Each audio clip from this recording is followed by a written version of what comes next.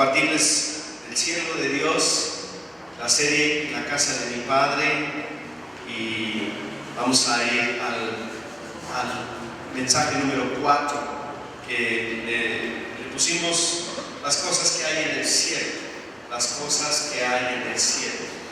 Hay cosas en el cielo. Es interesante que en el cielo hay algunas cosas que son tangibles, que de alguna manera nos imaginamos que se pueden tocar.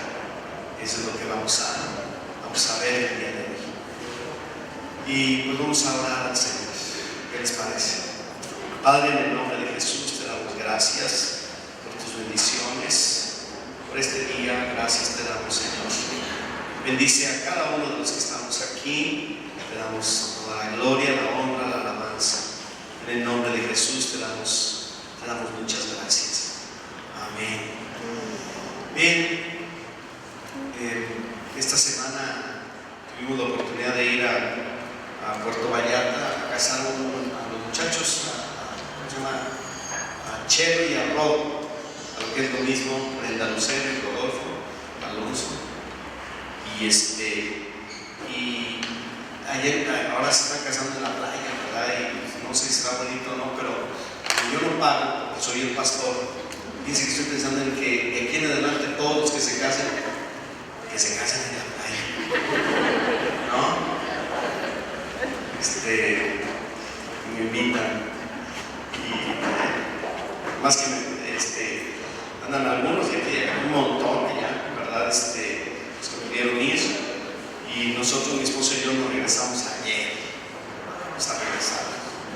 Y venimos ayer para estar aquí en la congregación y compartir este mensaje de la palabra de Dios, que pues, es una bendición. Aunque algunos dirán, pues hubieran quedado, hombre, un día más allá y todo eso. No, pues es que yo estoy tan enamorado de ustedes que pues, hay que venir aquí o no. Pues, o solidario con los que no tuvieron dinero para común, ¿verdad? Pero bueno, aquí estamos. Aunque anoche estábamos en México, en el aeropuerto, y salió ahí una voz que decía: estamos solicitando 4 voluntarios que quieran dejar el lugar a otros 4 si puedan abordar el avión o regresar a San Frutos y en el siguiente vuelo. No, que vamos de metiches a ver qué daban. Entonces sí daban comida y desayuno, noche de hotel en el Camino Real, que debe ser muy bueno, y el siguiente vuelo era hoy a las 5 de la tarde, y un vuelo gratis, ida y vuelta a cualquier parte de la República, abierto para una lavadera de labor. Y ahí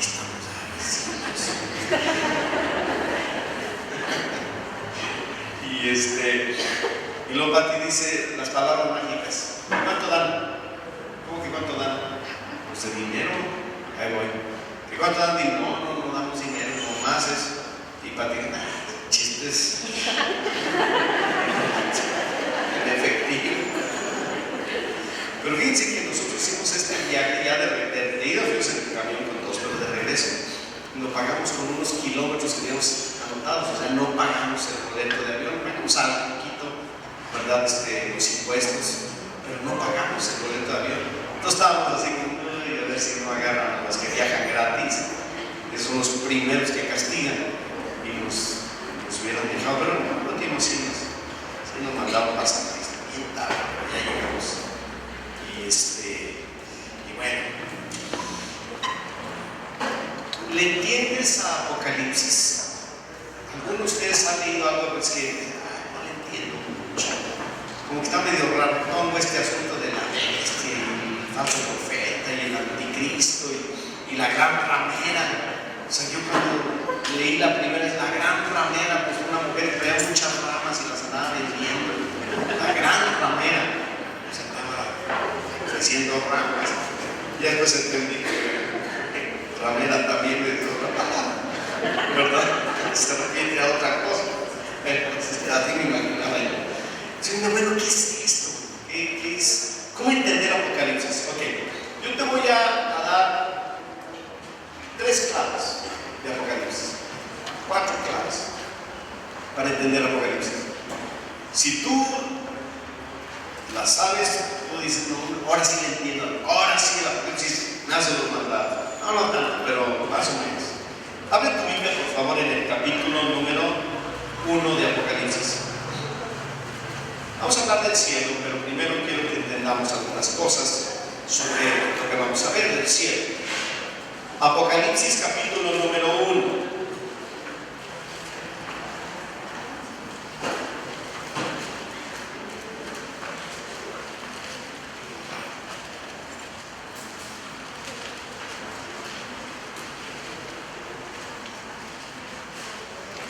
Fíjate bien, verso 1, dice la palabra de Dios así: la revelación de Jesucristo.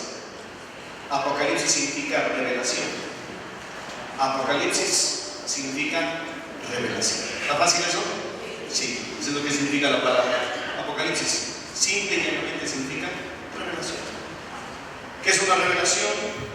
Pues algo como correr el velo, ¿verdad?, de algo y que se pueda ver, algo que se pueda ver. Revelación. ¿De quién es la revelación? De Jesucristo. Primera clave. El Apocalipsis, aunque dice de Juan, en realidad es de Jesucristo, que Dios le dio para manifestar a sus siervos las cosas que deben suceder pronto, y la declaró enviándola por medio de su ángel a su siervo Juan. Fíjate bien, Dios se la dio a Jesús, Jesús a su ángel ¿a quién? A Juan. Y Juan a los siervos. Uy, qué cadenita, ¿verdad? Otra vez, ¿de dónde a dónde? Dios, Jesús, ángel, Juan, siervos. Ya tienes ahí una primera clave. Básicamente el Apocalipsis vino de Dios, es la revelación de Dios. Esa es la primera cosa que tú puedes conocer. En segundo lugar, pues el escritor es Juan. Él las escribió. ¿Cuál Juan? ¿Juan el apóstol o Juan el bautista? Juan el apóstol. Juan el bautista no escribió nada, pero Juan el apóstol escribió el Evangelio de Juan, las 3 cartas de Juan, primera y tercera de Juan, y el Apocalipsis. Pues ya estamos avanzados. Luego, en el capítulo número 1, en el verso número 19, está un bosquejo del Apocalipsis. Un bosquejo del Apocalipsis. Es importante tener un bosquejo del Apocalipsis, ¿verdad? Dice en el versículo número 19: escribe las cosas que has visto, las que son. ¿Puedes bajar un poquito el volumen, Juan? José, un poquito, gracias. Escribe las cosas que has visto, las que son y las que han de ser después de estas. Fíjate bien, las que son, las que has visto, las que son y las que serán después de estas. O sea, pasado, presente y futuro. Lo que has visto, lo que es y lo que será. Ok, ¿cómo podemos nosotros dividir todo el Apocalipsis, que tiene 22 capítulos? Así, las cosas que has visto son el capítulo número 1. Las cosas que son capítulo 2 y 3. Y las cosas que serán después de estas, o sea, futuro, del capítulo 4 hasta el 22. Así de sencillo. ¿Ya tienes tú quién escribió el Apocalipsis? ¿O cómo llegó? ¿Cuál personaje? Y tienes tú un bosquejo de Apocalipsis para poder entender bien el libro de Apocalipsis. Pasado, presente y futuro. Pasado, lo que has visto, capítulo 1. Presente, capítulo 2 y 3, las cosas que son. Y futuro, del 4 en adelante. ¿Vale? Ya tienes un bosquejo, ¿no? Ahí la llevas, Vas a terminar besándome la mano, ¿verdad? ¡Qué tremendo! Ahora sí le entendí, ¿verdad? Bueno, quién sabe, todavía falta. Ahora, vamos a leer el versículo 1 del capítulo 4. Dice, aunque vamos a leer varios textos aquí, pero el primero dice: después de esto miré y aquí una puerta abierta en el cielo, y la primera voz que oí, como de trompeta hablando conmigo, dijo: sube acá y yo te mostraré las cosas que sucederán después de estas. Ahí está, del 4 al 22 son las cosas futuras. Está fácil, ¿verdad? Ahora, y una última clave para entender Apocalipsis. Clave para entender Apocalipsis. Aquí te va. El propósito del libro de Apocalipsis no era, ni es, pero no fue escrito para pelearnos para saber quién es el anticristo, o el falso profeta, o la bestia, o la gran ramera. Y los 144,000 no es para confundirnos ni para pelearnos sobre qué significa cada cosa. No. El Apocalipsis fue escrito como un libro para traer esperanza a una iglesia perseguida por el Imperio Romano. Fíjate bien, lo voy a repetir. El propósito del libro de Apocalipsis era para traer consuelo en medio de la persecución que el Imperio Romano, o sea, la persecución desde el imperio, le estaba imprimiendo ¿a quién? A la iglesia del primer siglo. Ese es el propósito, traer esperanza. Porque si lees a la Apocalipsis vas a encontrar muchas cosas, que serán los sellos y las trompetas y este y lo otro y los sellados y uy, tanta. Es cierto, hay cosas que necesitamos mucho que estudiar para entenderlo, pero el libro fue escrito para traer esperanza a tu vida. El cielo y la revelación del cielo es esperanza para tu vida y para mi vida, para nuestra vida. Porque no viviremos para siempre aquí, en esta tierra. Porque un día pasaremos a la eternidad. La Biblia habla acerca de los 1000 años, del milenio sobre la tierra restaurada y todo eso. Y está bien, todo eso está en la Biblia. Pero yo no me estoy refiriendo a lo que va a suceder en todas estas etapas antes de pasar finalmente al último de los lugares, que es el cielo, la casa del Padre, que dice Jesús, Él fue a preparar para nosotros. Y de eso yo me estoy refiriendo. Y voy a hablar de lo que hay en el cielo. Hay 4 cosas en el cielo. Se las voy a decir primero y luego voy a dar unas lecciones. Primero les voy a decir cuáles son las cosas, luego les voy a leer los textos y luego voy a hacer una explicación. Y al final, una aplicación. Las 4 cosas son un trono, un libro, un río y un árbol. Hay más cosas, pero yo solamente voy a hablar de un trono, ¿un qué? Un libro, un río y un árbol. Ahora vamos a leer primero Apocalipsis capítulo 4, verso 1 al 3. Ya leímos el 1, pero vamos a volverlo a leer, porque vamos a leer varios pasajes de la Escritura aquí. Dice la Biblia de la siguiente manera: después de esto miré, y aquí una puerta abierta en el cielo, y la primera voz que oí como de trompeta hablando conmigo dijo: sube acá, y yo te mostraré las cosas que han de suceder después de estas. Verso número 2: y al instante yo estaba en el Espíritu, y aquí un trono establecido, ojo, un trono establecido en el cielo, y en el trono uno sentado. Y el aspecto del que estaba sentado era semejante a piedra de jaspe y de cornalina, y había alrededor del trono un arco iris semejante en aspecto a la esmeralda. Ahora vamos a ir a Apocalipsis capítulo 7, verso número 9. Denle la vuelta ahí a la Biblia y vas a encontrar en el verso número 9. Bueno, si tienes Biblia, pues puedes abrirla. Si tienes dispositivo electrónico, pues ahora ya no es abra su Biblia, sino es prenda su Biblia. Bueno, a lo que hemos llegado, ¿no? Ok, prenda su Biblia en el capítulo número 7 de Apocalipsis, o ábrala, su libro, en el capítulo número 7, verso número 9, dice: después de esto miré, y aquí una gran multitud, la cual nadie podía contar, fíjate bien, de todas naciones y tribus y pueblos y lenguas. Estaban delante del trono, otra vez el trono, y en la presencia del Cordero, vestidos de ropas blancas y con palmas en las manos.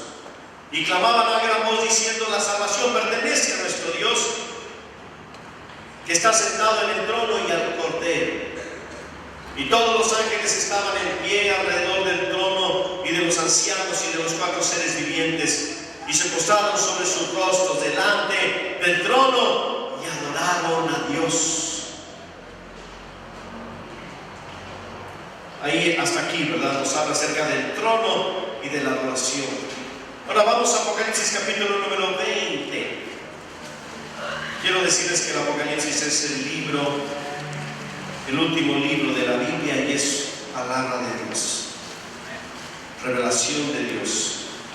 Dice en Apocalipsis capítulo número 20, verso número 11: y vi un gran trono blanco y al que estaba sentado en él, de delante del cual huyeron la tierra y el cielo,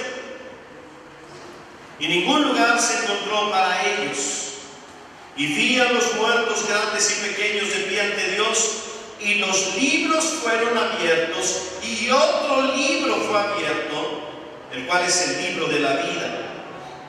Fueron juzgados los muertos por las cosas que estaban escritas en los libros según sus obras. Y el mar entregó los muertos que había en él, y la muerte y el Hades entregaron los muertos que había en ellos, y fueron juzgados cada uno según sus obras. Y la muerte y el Hades fueron lanzados al lago de fuego. Esta es la muerte segunda. Y el que no se halló inscrito en el libro de la vida fue lanzado al lago de fuego. Vamos ahora al capítulo 22.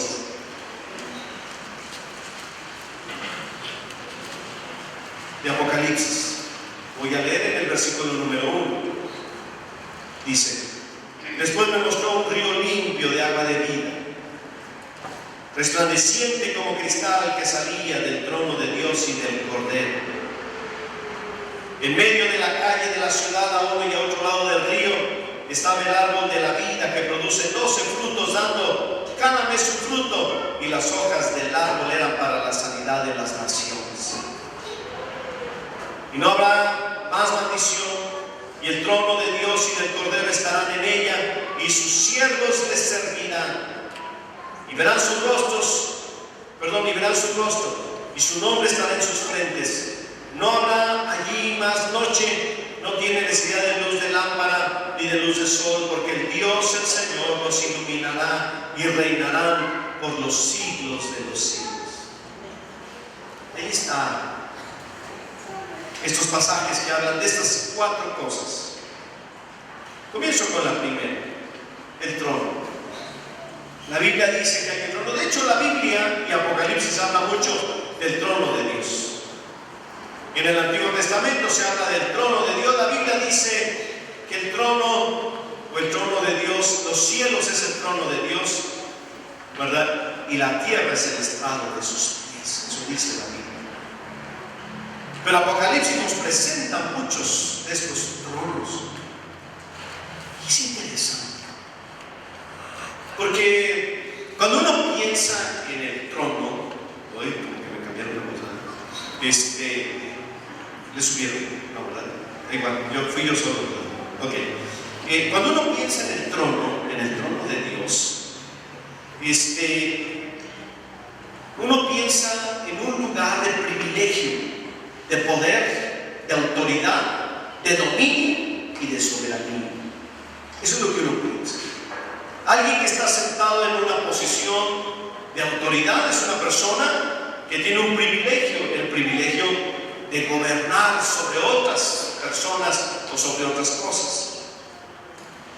También habla de la realeza en el caso de un trono, porque no es lo mismo la silla presidencial, porque la persona que está ahí sentado, ¿verdad?, no corre por sus venas sangre azul. ¿Sí me explico? Mientras que en un trono, donde hay un gobierno, donde hay un reinado, entonces quien se siente en el trono pertenece a una familia, al menos a una familia real, a una clase real. Entonces nos habla acerca de realeza y de gobierno, lo que está en el trono. Si no está sentado una persona en el trono, no puede gobernar. Entonces en el cielo es donde se observa esta dignidad del trono. Pero yo me lo imagino así. Yo les he mencionado que para poder entender necesita algo de imaginación. Algo de imaginación. Yo me imagino así. Muchas personas se imaginan que el cielo, ¿verdad? Es como ustedes están aquí y el trono de Dios está aquí, ¿verdad? Entonces ustedes allá, el trono de nosotros allá, ¿verdad? Yo también, el trono de Dios delante de Dios, y una sillotota, grandotota, ¿verdad? Así de color dorada, y se sienta, ¿verdad? Con una luz propia acá atrás, ¿verdad? Así iluminándole, ¿verdad? Y todos delante de él, enfrente. Pero déjame decirte que yo me lo imagino de otra manera. Ojalá que le pueda dar sentido a lo que tú te puedas ver. Tú puedes imaginar como quieras el cielo, pero yo me imagino que el cielo tiene un trono y el trono es el centro del cielo. Es concéntrico el cielo. Y todos están alrededor del trono, porque la Biblia dice que están todos alrededor del trono. Entonces, Dios está en el centro de todas las cosas. Él está allí en el centro de todo el cielo.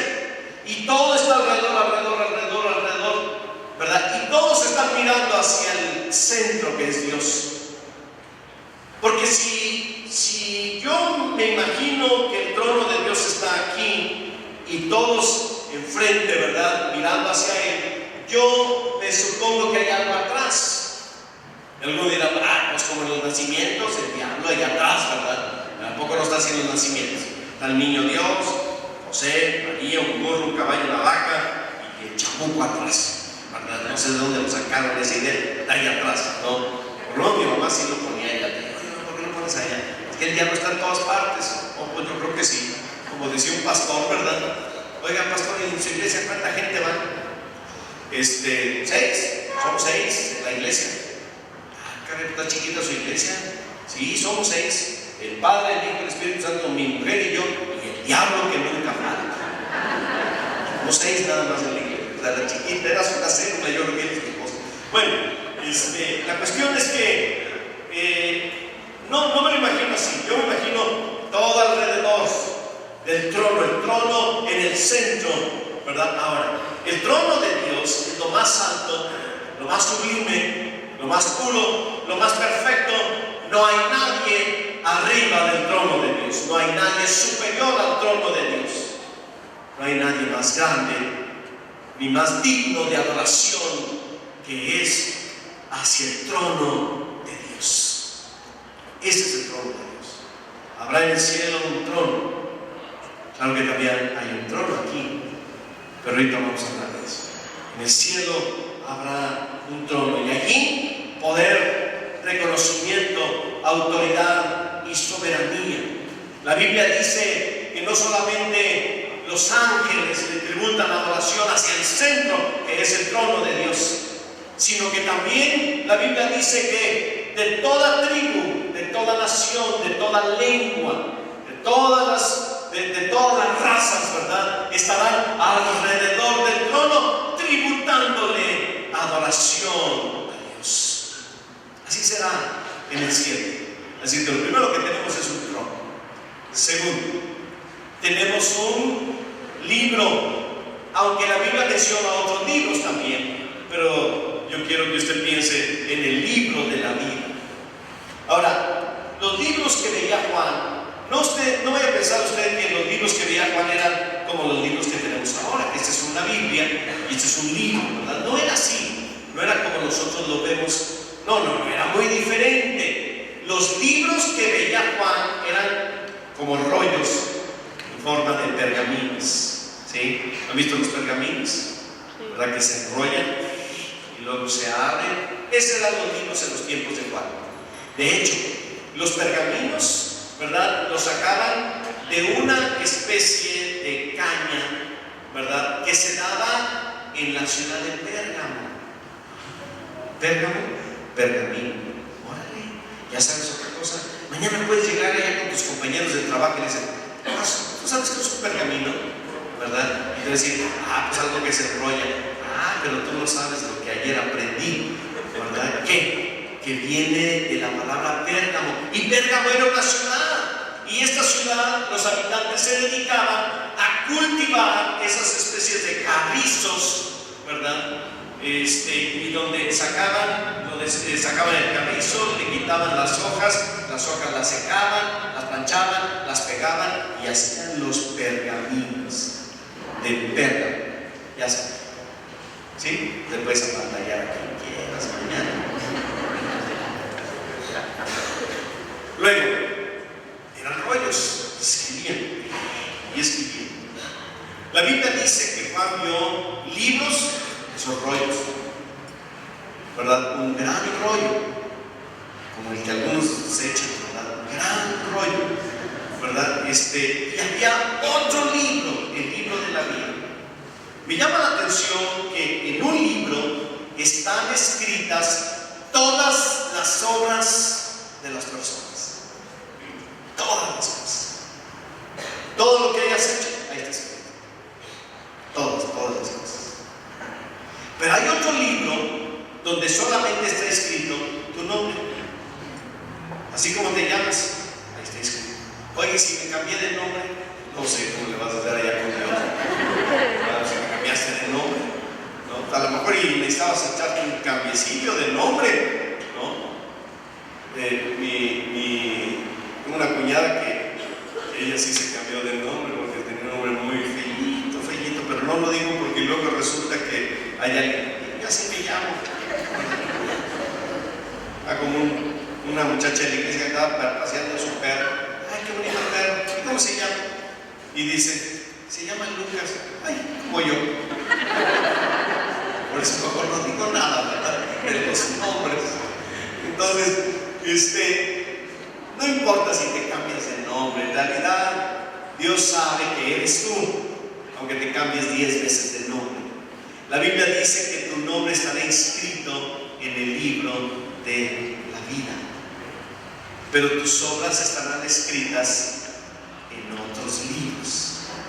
Hay un registro de todo lo que tú haces, todo lo que tú dices, todo lo que tú haces, todo lo que tú piensas, todo lo que tú sientes, todo. ¿Se podrá? ¿De qué tamaño?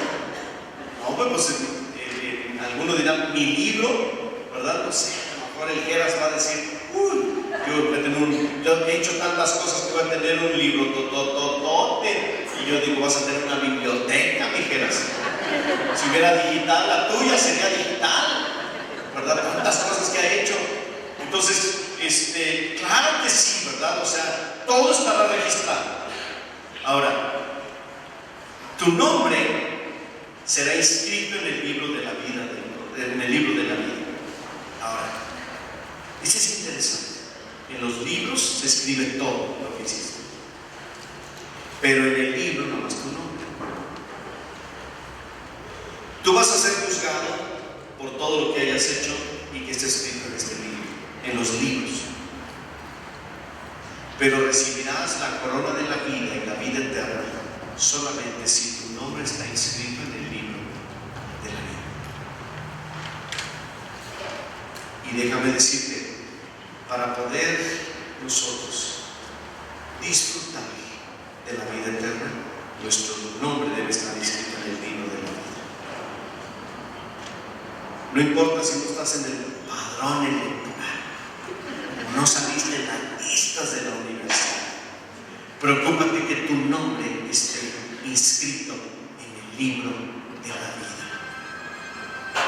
Porque la Biblia dice, ¿verdad?, que de ese libro, de lo que está escrito ahí, dependerá dónde pasarás la eternidad. Muchos libros que se mencionan, pero el nombre más importante es el libro de la vida. Allí debes cuidar.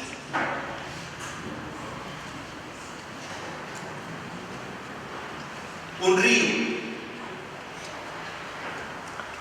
En el cielo, como es una ciudad, habrá un río. Este río sale del trono de Dios y la Biblia dice que las aguas son cristalinas y resplandecientes. Yo me pregunto, ¿por qué necesitamos un río? ¿Nos dará sed? La Biblia dice que no tendremos sed jamás. ¿Para qué quiero tener un río si no es para tomar agua? Ahora será agua termal o estará fresca el agua. Uy, pero me gusta calientita el agua, sobre todo si es tiempo de frío. Pero no habrá frío en el cielo, ni frío ni calor. Pero la Biblia dice que sale del trono de Dios un río que está, ¿verdad?, allí en medio de la ciudad. ¿Saben por qué hay un río? Porque esto viene en cumplimiento de lo que la Biblia nos enseña sobre el carácter pastoral de Cristo, que el Cordero nos pastoreará allá en el cielo, ¿verdad?, y nos guiará por fuentes de agua de vida. Eso es lo que yo encuentro en la palabra de Dios. ¿Por qué hay un río? Porque la imagen de Cristo en el cielo es la imagen de un gran pastor que está pastoreando a sus ovejas y las tiene que llevar a un río, aguas de reposo, como dice también el Salmo número 23. El agua es una necesidad básica y no solamente para cada uno, sino para todo el mundo. La humanidad no subsistiría sin el agua. El agua es vida. El agua purifica, el agua alimenta, el agua produce alimentos.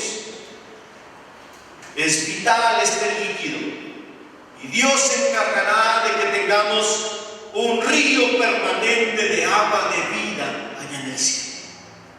Agua abundante para nosotros. Y luego finalmente un árbol. Un árbol. ¿Qué hace un árbol en el cielo? Es interesante el árbol, porque la Biblia dice que es el árbol de vida. Y la Biblia dice que estaba a uno y a otro lado del río, estaba el árbol. Yo una vez me imagino, ¿cómo puede estar un árbol en ambos lados del río? Bueno, me imagino como en la Huasteca. ¿Te has fijado que hay lugares que vas entrando un pueblito, ¿verdad? Y hay como que los árboles hacen esto, de lado a lado? Pues así me lo imagino yo. ¿De qué otra manera? No más lo que yo he visto es eso. Porque este es un árbol que está de ambos lados del río. Pero este árbol, dice la palabra de Dios, como leímos, es un árbol cuyas hojas, no dice el fruto, las hojas son para la sanidad de las naciones. Pero se conoce como el árbol de vida. El árbol de vida tiene una historia. Esta historia en la Biblia, ¿verdad?, es muy interesante, porque aparece el árbol de vida en Génesis. En el huerto del Edén, dice la palabra de Dios que Dios hizo al hombre y la mujer, les dio vida y los puso en un huerto, el huerto del Edén. En el huerto del Edén había ríos, había mucha vegetación, muchos árboles frutales. Dios puso a Adán y a Eva allí en ese huerto del Edén, pero había dos árboles muy importantes: el árbol de la vida y el árbol de la ciencia del bien y del mal, o del conocimiento del bien y del mal. Había dos árboles. ¿Se acuerdan ustedes que Dios les prohibió a Adán y Eva que no comieran de uno de ellos? ¿De cuál les prohibió? De la ciencia o del conocimiento del bien y del mal. De estos árboles no puedes comer, pero puedes comer de todos los demás árboles. ¿Y cuáles son los demás árboles? El árbol de la vida y las papayas y los mangos y las fresas y las fresas con crema. No, esos son otros. Y todo lo que tú te imaginas de los kiwis y todas las frutas, allí estaban en el árbol, en el huerto del Edén. Ahí estaban todos los árboles. Pero estaba el árbol de la vida. Ahora, fíjate bien cómo es esto. Dios le dice a Adán y a Eva: no comas de este árbol porque te vas a morir, pero puedes comer de todos los demás. Y ellos tenían vida permanente viviendo en el huerto del Edén. ¿Cómo podían tener vida permanente? Porque tenían acceso al árbol de la vida. Iban, comían, vivían permanentemente. Iban otra vez, comían y podían vivir la eternidad. Podían estar allí toda la vida. eternamente, comiendo de un árbol que se llama el árbol de la vida. Entonces, cuando a ellos se les ocurre comerse el fruto del árbol prohibido, entonces dice la Biblia que lo primero que sucedió es que tuvieron un despertamiento espiritual y se dieron cuenta que habían hecho algo malo. Luego dice que Adán y Eva fueron tomados y echados afuera del huerto del Edén. Los corrieron del huerto del Edén. Y la Biblia dice, ¿verdad?, que entonces puso Dios unos ángeles ahí en la entrada del huerto para que no entraran, y una espada, ¿verdad?, que era una espada de fuego, así como la de la Guerra de las Galaxias número 7, y ya me obligaron a ir a verla, ¿verdad?, que así se movía, ¿verdad? Y entonces, ¿verdad?, estaba allí, ¿verdad?, se movía y no permitía el acceso al árbol de la vida. Y al no ir a comer del árbol de la vida, empezaron a morir. Porque no podían comer del árbol de la vida, empezaron a morir. Y los hombres murieron. Hay gente que dice, ¿por qué vivían tanto tiempo los hombres después de que fueron condenados a salir del huerto, ¿verdad?, y a comer de su propio trabajo? Y la Biblia dice que vino la maldición del dolor, ¿verdad?, de parto, cuando se liberaban las mujeres y todo eso. ¿Por qué los hombres todavía siguieron viviendo tantos años? Yo creo que ya dije esa respuesta que yo se la escuché a Sulamit, la esposa de Efraín, y me dio así como que, ay, sí es cierto, ¿verdad? Ella tiene razón. Regularmente ella tiene siempre la razón, ¿verdad? Entonces ella dijo, lo que pasa es que ellos podían vivir tantos años porque ellos acababan de salir de estar cerca del huerto y cerca del árbol de la vida, y entonces todavía tenían los efectos de lo que ellos habían disfrutado en el huerto del Edén. Claro, sí, cierto, a mí me late eso porque no podré encontrar otra explicación, y me late bien, ¿verdad? Entonces, pero luego después se fueron reduciendo los años por causa del pecado, y vino la muerte, se clausuró el árbol de la vida, no había más acceso al árbol de la vida. Pero en el cielo se restaura el árbol de la vida, y allí, al comer del árbol de la vida, viviremos eternamente y para siempre en el cielo. Amén. Ese es el árbol de la vida. Ya tenemos nosotros las 4 cosas, ¿verdad? Y cómo se restaura este árbol de la vida. ¡Qué bendición! Bienaventurados y felices los que lavan sus ropas para tener derecho al árbol de la vida, dice Apocalipsis 22:14. Para tener derecho al árbol de la vida. Ahora, todo esto nos lleva a una serie de lecciones que quiero dejar en su corazón. En primer lugar, el pecado más grave que hay es desafiar el trono de Dios. Ese es el pecado más grave que hay. Desafiar el trono de Dios. ¿Por qué es el pecado más grave la rebeldía? ¿Por qué es el pecado más grave la rebeldía? Ahora, déjame decirte, ¿sabes por qué Adán y Eva pecaron? ¿Cuál fue su pecado? Comerse la fruta prohibida. Agarrar la manzana, el mango, el melón, lo que haya sido, agarrarlo y darle una mordida. Pecado 1, pecado 2, pecado 3, ¿verdad? No es así. El pecado de Adán y Eva fue la rebeldía.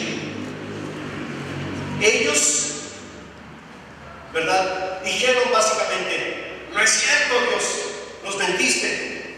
Dijiste que podíamos comer de este y de todos los demás, pero de este no, ¿verdad?, porque íbamos a morir. Pero no es cierto, porque la víbora dice, o sea, la serpiente Satanás dice que no, que seremos igual que tú, por lo tanto queremos ser igual a ti. Esa es rebeldía. Eso no es desobediencia. La desobediencia es el acto de comerse el fruto. La rebeldía está en el corazón de la persona. La rebeldía es la que desafía la autoridad y dice: me vale lo que tú digas, yo voy a hacer lo que yo quiero. Y entonces tomaron la fruta, codiciando primero desde su corazón. Es que antes de comerse la fruta, de darle la mordida, ellos ya estaban en la lona. Ya les habían contado 2 de 3. ¿Cuáles fueron 2 de 3? Rebeldía y codicia. La tercera fue la desobediencia. Y ya estaban en la lona, Adán y Eva. El pecado más grande es la rebeldía. Hacer lo que uno cree que debe hacer, anteponiéndose a la voluntad de Dios. Ahora, este asunto de la rebeldía a veces suena un poquito extraño, porque yo creo que muchos lo han pensado. No creo que yo haya inventado esto, pero yo me imagino lo siguiente: que hay personas que entienden que son libres de elegir, que el libre albedrío, la libre voluntad es una maravilla, es un regalo. La libertad de elegir es una bendición humana, es una capacidad maravillosa. La toman, y cuando la toman en sus manos, Dios le dice: ey, cuidado, porque hay un trono que gobierna. Entonces yo creo que algunos lo han pensado, lo han dicho. Y entonces, ¿para qué me la das? ¿Para qué me das la libertad de elegir si al último me dices lo que tengo que elegir? ¿Qué acaso no soy libre? Si eres libre, puedes elegir, pero elige esto. Ahora, yo creo que ahora algunos pensamos, pero déjame decirte cómo yo lo comparo. Le dices a tus hijos: hijo, eres libre, pero esto es lo que debes elegir. Ay, papá, ¿y tú cómo sabes lo que a mí me conviene? Porque soy tu papá y ya viví y cometí la misma tontería que tú puedes cometer. Le desobedecí a tu abuelo e hice lo que quise y me fue muy mal. Entonces, por favor, sigue lo que te digo. Y el muchacho dice: yo hago lo que yo quiera, a eso yo mando, no te metas con mi vida. Y es lo que le dicen a Dios: no te metas con mi vida, yo tomo mi voluntad. Y entonces agarra su voluntad y hace lo que quiere. ¿Por qué atenta contra Dios? Porque mira, porque del trono de Dios hay 2 cosas: justicia y amor. Porque el trono de Dios, el gobierno de Dios nos conviene, de veras nos conviene, como nos convenía lo que nos decía nuestro padre cuando éramos adolescentes. Porque nos decían las cosas porque nos amaban y porque habían vivido ya. Pero nosotros no, pues claro. Y ahora estamos batallando, pagándolas con nuestros propios hijos, ¿verdad? Hijo, por aquí. Pero a ver, ¿tú por qué no lo hiciste? No, vamos a echarles un cara, ¿verdad? Necesitamos entender que Dios quiere que le honremos, que le glorifiquemos y vivamos para su trono por esta razón, porque de Él su gobierno es lleno de amor y de justicia. De amor y de justicia. Déjame decirte, hay tronos en este mundo, gobiernos en este mundo que son terriblemente perversos. Imagínese un dictador que se pone al país como si fuera su propia ropa, que pisotea los derechos de todos sus conciudadanos que lo pusieron allí y lo mantienen allí. ¿Tú te puedes imaginar ese dictador estar en manos de él? No se parece en nada al gobierno de Dios, que es amoroso y justo. Tú te puedes imaginar aquel dueño de vidas y almas de las esclavas sexuales. Tú te puedes imaginar cómo es caer en manos de ese trono perverso. 1000 veces caer en manos de Dios y obedecer a Dios, porque Dios es bueno, es justo y es amoroso. Las personas que se dedican a vender mujeres como esclavas sexuales, que quebrantan su espíritu, su alma, en una sola noche, donde 20 hombres diferentes abusan sexualmente de ellas, siendo todavía unas niñas, durante toda la noche. Al otro día las tienen domadas. Así comienza la vida de las esclavas sexuales. Es terrible. Así las doman. Los tronos de este mundo son terribles. 1000 veces Dios hizo un trono, aquí y en la eternidad. Pero hay otros que dicen, no, pues, ponen unos tronos muy feos, ¿verdad? Mejor, ¿qué te parece? Tú mismo, tú gobierno, tú te mandas. La mayoría de los problemas que tienen los seres humanos, se metieron en esos problemas ellos mismos, solitos, nadie les ayudó. No, sí, para eso, nadie les ayudó. No, ¿verdad que no? Nadie nos ayudó, solito nos metimos. ¿Tienes problemas financieros? Tú solito te metiste. Sé que algunas personas son víctimas de otros, eso sí sé, pero hay muchas personas, ¿verdad?, que recibieron su aguinaldo y ya lo debían, ya no lo disfrutaron. ¿Por qué? Porque se lo gastaron en la situación, porque ya lo debían. ¿Pero por qué? ¿Alguien los obligó? Nadie, solitos se metieron en eso. Imagínate, qué delicia sería que tu aguinaldo lo guardaras y ahora, sería maravilloso. Hay algunos que sí ya han entendido y ya lo hacen, pero otros no, ya lo deben. ¿En qué se lo gastaron? Usted quién sabe que no lo gastaron. Lo disfrutaron, ya ni me acuerdo, ya se me olvidó. Pero la mayoría de los problemas es por eso. La gente que se está muriendo por efectos del alcohol, solos, nadie los obligó. Por eso ese trono, el de nuestras propias manos, tampoco es muy bueno. Es mejor, todavía, mejor que nosotros, que Dios gobierne nuestras vidas. Ahora, pero tengo que decir todavía sobre el trono de Dios lo más delicado y lo más serio del trono de Dios. Hay un texto en la Biblia que dice así: para que en el nombre de Jesucristo se doble toda rodilla y toda lengua confiese que Jesucristo es el Señor. Ese pasaje de la Escritura dice que todos doblarán su rodilla delante de Dios y confesarán que Jesús es el Señor. Todos. Y cuando la Biblia dice todos, dice todos. ¿Quién incluye a Satanás? ¿A poco? ¿Sí? Un día el diablo, que hace mucho tiempo intentó usurpar el trono de Dios y quiso ser igual a Dios y sentarse en el trono de Dios, y fue desechado de la presencia de Dios. Un día Él va a reconocerlo. Él va a decir: es cierto, Jesús era el Señor, es cierto. Pero lo va a reconocer desde el lago que arde con fuego